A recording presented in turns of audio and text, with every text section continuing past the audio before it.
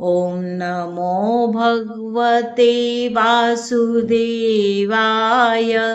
ॐ नमो भगवते वासुदेवाय।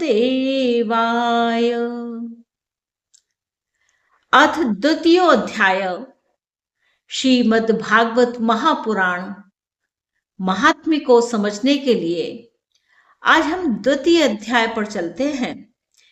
पिछले अध्याय में भक्ति माता ने नारद जी को अपने कष्ट के बारे में बताया था और इस अध्याय 2 में भक्ति का दुख दूर करने के लिए नारद जी का उद्योग क्या होता है, इसे हम समझेंगे कि नारद जी क्या क्या उपाय बताते हैं कि किस प्रकार से यह दुख को दूर किया जा सकता है। नारद जी ने कहा, बाले, तुम व्यर्थ ही अपने को क्यों खेद में डाल रही हो? अरे तुम इतनी चिंतातुर क्यों हो? भगवान श्री कृष्ण के चरण कमलों का चिंतन करो, उनकी कृपा से तुम्हारा सारा दुख दूर हो जाएगा। जिन्होंने कौरवों के अत्याचार से द्रौपदी की रक्षा की थी और गोप सुंदरियों का सनाथ किया था, वे श्री कृष्ण कहीं चले थोड़े ही गए हैं। फिर तुम तो भक्ति हो और सदा उन्हें प्राणों से भी प्यारी हो। तुम्हारे बुलाने पर तो भगवान नीचों के घरों में भी चले जाते हैं। सत्य, त्रेता और द्वापर, इन तीनों युगों में ज्ञान और वैराग्य मुक्ति के साधन थे, किंतु कलयुग में तो केवल भक्ति ही ब्रह्मा सायुज्य की प्राप्ति कराने वाली है। यह सोच करके ही परमानंद चिंत मूर्ति ज्ञान स्वरूप श्री हरि ने अपने सत्स्वरूप से तुम्हें रचा है। तुम साक्षात श्री कृष्ण की प्रिया और परम सुंदरी हो। एक बार जब तुमने हाथ जोड़कर पूछा था कि मैं क्या करूं, तब भगवान ने तुम्हें यही आज्ञा दी थी कि मेरे भक्तों का पोषण करो। तुमने भगवान की वह आज्ञा स्वीकार कर ली। इससे तुम पर श्री हरि बहुत प्रसन्न हुए और तुम्हारी सेवा के लिए मुक्ति को तुम्हें दासी के रूप में दे दिया और इन ज्ञान वैराग्य को पुत्रों के रूप में। तुम अपने साक्षात स्वरूप से वैकुंठ धाम में ही भक्तों का पोषण करती हो। भूलोक में तो तुमने उनकी पुष्टि के लिए केवल छाया रूप धारण कर रखा है। तब तुम मुक्ति, ज्ञान और वैराग्य के साथ लिए पृथ्वी तल पर आई और सतयुग से द्वापर पर्यंत बड़े आनंद से रही। कलयुग में तुम्हारी दासी मुक्ति पाखंड रूप के रोग से पीड़ित होकर क्षीण होने लगी थी, इसीलिए वह तो तुरंत ही तुम्हारी आज्ञा से वैकुंठ लोक को चली गई। इस लोक में भी तुम्हारे स्मरण करने से ही वह आती है और फिर चली जाती है, किंतु इन ज्ञान वैराग्य को तुमने पुत्र मानकर अपने पास ही रख छोड़ा है।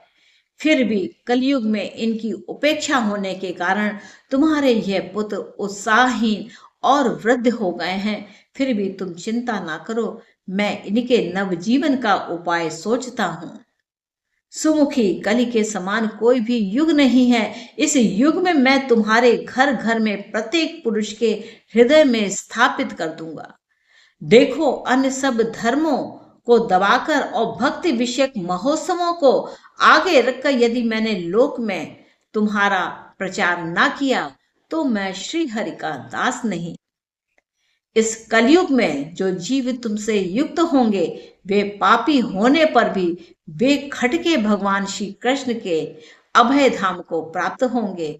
जिनके हृदय में निरंतर प्रेम रूपणी भक्ति निवास करती है, वे शुद्ध अंतःकरण पुरुष स्वप्न में भी यमराज को नहीं देखते। जिनके हृदय में भक्ति महारानी का निवास है, उन्हें प्रेत, पिशाच, राक्षस या दैत्य आदि स्पर्श करने को भी समर्थ नहीं हो सकते। तप, वेद, अध्ययन, ज्ञान और कर्म आदि किसी भी साधन से भगवान वश में नहीं किए जा सकते। वे केवल भक्ति से ही वशीभूत होते हैं। इसमें श्री गोपीजन प्रमाण हैं। मनुष्यों का सहस्त्रों जन्मों के पुण्य प्रताप से भक्ति में अनुराग होता है। कलयुग में केवल भक्ति ही सार है। भक्ति से साक्षात श्री कृष्णचंद्र सामने उपस्थित हो जाते हैं। जो लोग भक्ति से द्रोह करते हैं वे तीनों लोगों में दुख ही दुख पाते हैं।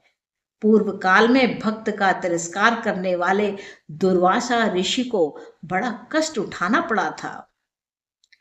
बस व्रत, तीर्थ, योग, यज्ञ और ज्ञान चर्चा आदि बहुत से साधनों की कोई आवश्यकता नहीं है।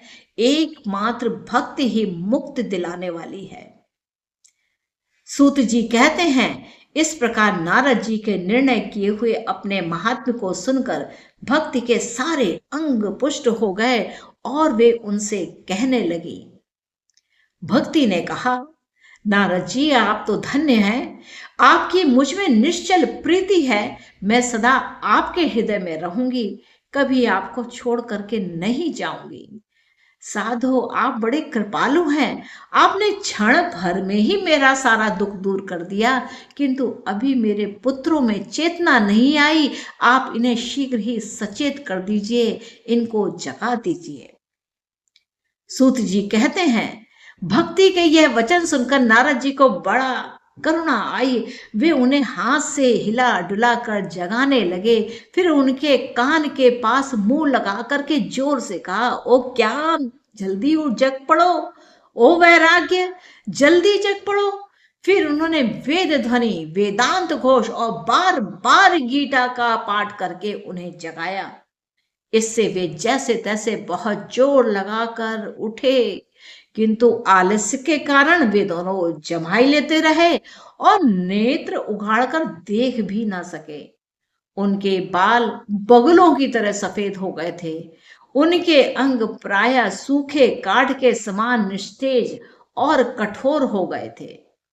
इस प्रकार भूख प्यास के मारे अत्यंत दुर्बल होने के कारण उन्हें फिर सोते देख नारद जी को बड़ी चिंता हुई और वे सोचने लगे, अब मुझको क्या करना चाहिए। इनकी यह नींद इससे भी बढ़कर इनकी वृद्धावस्था कैसे दूर होगी। शौनक जी इस प्रकार चिंता करते करते वे भगवान का स्मरण करने लगे। उसी समय यह आकाशवाणी हुई कि मुने खेद मत करो, तुम्हारा यह उद्योग निसंदेह सफल होगा। देवर्षे, इसके लिए तुम एक सत्कर्म करो, वह कर्म तुम्हें संत शिरोमणि महानुभाव बताएंगे। उस सत्कर्म का अनुष्ठान करते ही क्षण भर में इनकी नींद और वृद्धावस्था चली जाएगी और सर्वत्र भक्ति का प्रसार होगा। यह आकाशवाणी वहां सभी को साफ साफ सुनाई दी। इससे नारद जी को बड़ा विस्मय हुआ और वे कहने लगे, मुझे तो इसका कुछ आशय समझ में नहीं आया। नारद जी बोले, इस आकाशवाणी ने भी गुप्त रूप में ही यही बात कही है, पर यह नहीं बताया कि वह कौन सा साधन किया जाए जिससे इनका कार्य सिद्ध हो। वे संत न जाने कहाँ मिलेंगे और किस प्रकार उस साधन को बताएंगे। अब आकाशवाणी ने जो कुछ कहा उसके अनुसार मुझे क्या करना चाहिए। सूत जी कहते हैं, शौनक जी तब ज्ञान वैराग्य दोनों को वहीं छोड़कर नारद मुनि वहां से चल पड़े और प्रत्येक तीर्थ में जा जाकर मार्ग में मिलने वाले मुनीश्वरों से वह साधन पूछने लगे। उनकी उस बात को सुनते तो सब थे, किंतु उसके विषय में कोई कुछ भी निश्चित उत्तर ना देता। किन्होंने उसे असाध्य बताया, कोई बोले इसका ठीक ठीक पता लगाना बहुत कठिन है, कोई सुनकर चुप रह गए और कोई तो अपनी अवज्ञा होने के भय से बात को टाल टूल करके खिसक गए। त्रिलोकी में महान आश्चर्यजनक हाहाकार मच गया। लोग आपस में कानाफूसी करने लगे। भाई, जब वेद ध्वनि, वेदांत घोष और बार बार गीता पाठ सुनाने पर भी भक्ति, ज्ञान और वैराग्य ये तीनों नहीं जगाए जा सके, तब और कोई उपाय नहीं है। स्वयं योगी राज नारद को भी जिसका ज्ञान नहीं है, उसे दूसरे संसारी लोग कैसे बता सकते हैं। इस प्रकार जिन जिन ऋषियों से इसके विषय में पूछा गया, उन्होंने निर्णय करके यही कहा, यह बात दुस्साध्य है। तब नारद जी बहुत चिंतातुर हुए और बद्री भवन में आए। ज्ञान वैराग्य को जगाने के लिए वहां उन्होंने यह निश्चय किया कि मैं तप करूंगा।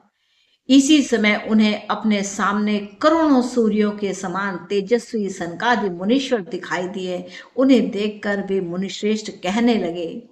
नारद जी ने कहा, महात्माओं, इस समय बड़े भाग्य से मेरा आप लोगों के साथ समागम हुआ है। आप मुझ पर कृपा करके शीघ्र ही वह साधन बताइए। आप सभी लोग बड़े योगी, बुद्धिमान और विद्वान हैं। आप देखने में 5-5 वर्ष के बालक से जान पड़ते हैं, किंतु हैं पूर्वजों के भी पूर्वज।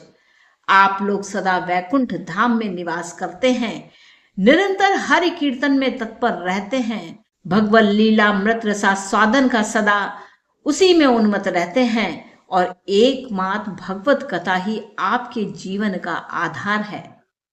हरि शरणम यह वाक्य सर्वदा आपके मुख में रहता है। इसी से काल प्रेरित वृद्धावस्था भी आपको बाधा नहीं पहुंचाती। पूर्व काल में आपके भूभर्ग मात्र से भगवान विष्णु के द्वारपाल जय और विजय तुरंत पृथ्वी पर गिर गए थे और फिर आपकी ही कृपा से पुनः वैकुंठ लोक पहुंच गए। धन्य है, इस समय आपका दर्शन बड़े सौभाग्य से ही हुआ है। मैं बहुत दीन हूं और आप लोग स्वभाव से ही दयालु हैं, इसलिए मुझ पर आपको अवश्य कृपा करनी चाहिए। आकाशवाणी ने जिसके विषय में कहा था वह कौन सा साधन है और मुझे किस प्रकार उसका अनुष्ठान करना चाहिए, आप इसका विस्तार से वर्णन कीजिए। भक्ति, ज्ञान और वैराग्य को किस प्रकार से सुख मिल सकता है और किस तरह इनकी प्रेम पूर्वक सब वर्णों में प्रतिष्ठा की जा सकती है, इसका उपाय बताइए। सनकादि ने कहा, देवर्षि आप चिंता ना करें, मन में प्रसन्न हो। उनके उद्धार का एक सरल उपाय पहले से ही विद्यमान है। नारद जी, आप धन्य हैं। आप विरक्तों के शिरोमणि हैं, श्री कृष्ण दासों के शाश्वत पथ प्रदर्शक एवं भक्ति योग के भास्कर हैं। आप भक्ति के लिए जो उद्योग कर रहे हैं, यह आपके लिए कोई आश्चर्य की बात नहीं समझनी चाहिए। भगवान के भक्त के लिए भक्ति की सम्यक स्थापना करना सदा उचित ही है। ऋषियों ने संसार में अनेकों मार्ग प्रकट किए, किंतु वे सभी कष्ट साध्य हैं और परिणाम में प्रायः स्वर्ग की ही प्राप्ति कराने वाले हैं। अभी तक भगवान की प्राप्ति करने वाला मार्ग तो गुप्त ही रहा है। उसका उपदेश करने वाला पुरुष प्रायः भाग्य से ही मिलता है। आपको आकाशवाणी ने जिस सत्कर्म का संकेत किया है उसे हम बतलाते हैं। आप प्रसन्न और समाहित चित्त होकर के सुनिए।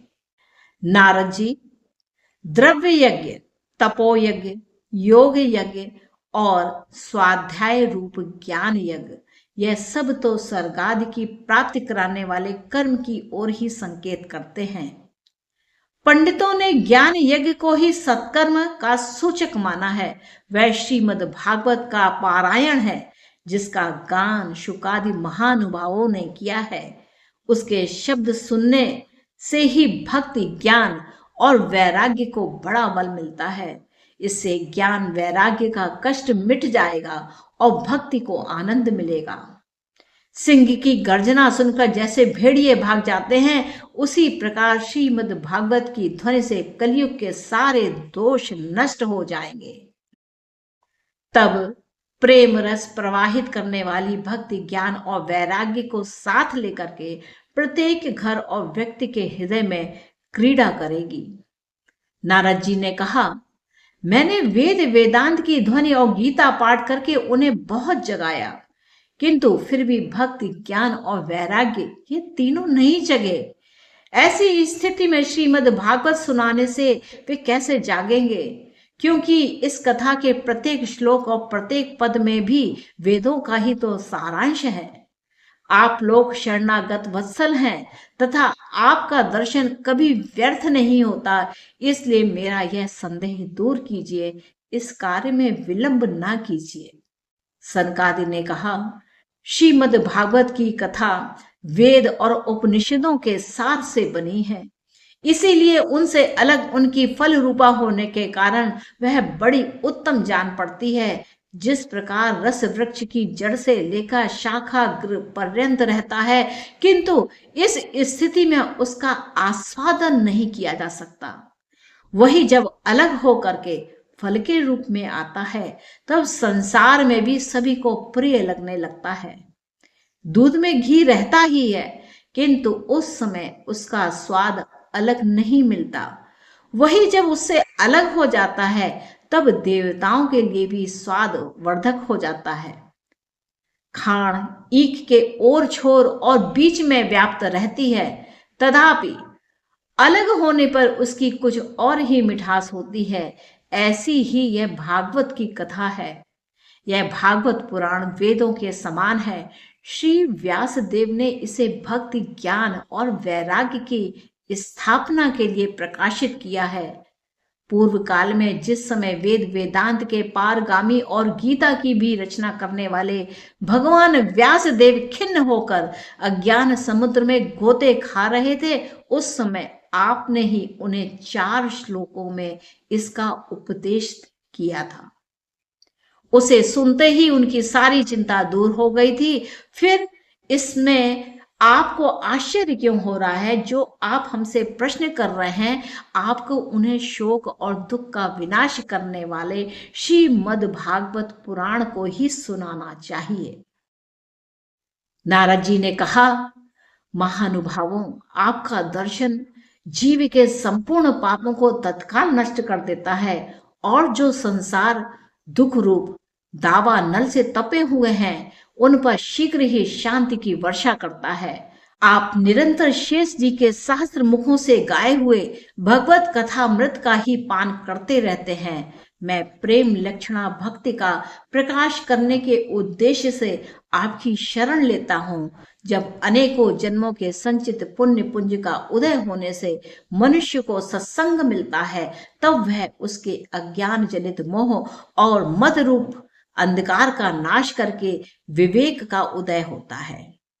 इति श्री पद्म पुराणे उत्तरखंडे श्रीमद् भागवत महात्म्ये कुमार नारद संवादो नाम द्वितीयोऽध्यायः संपूर्णम्। ओम नमो भगवते वासुदेवाय। ओम नमो भगवते वासुदेवाय। ओम नमो भगवते वासुदेवाय। ओम नमो भगवते वासुदेवाय। ओम नमो भगवते वासुदेवाय। ओम नमो भगवते वासुदेवाय।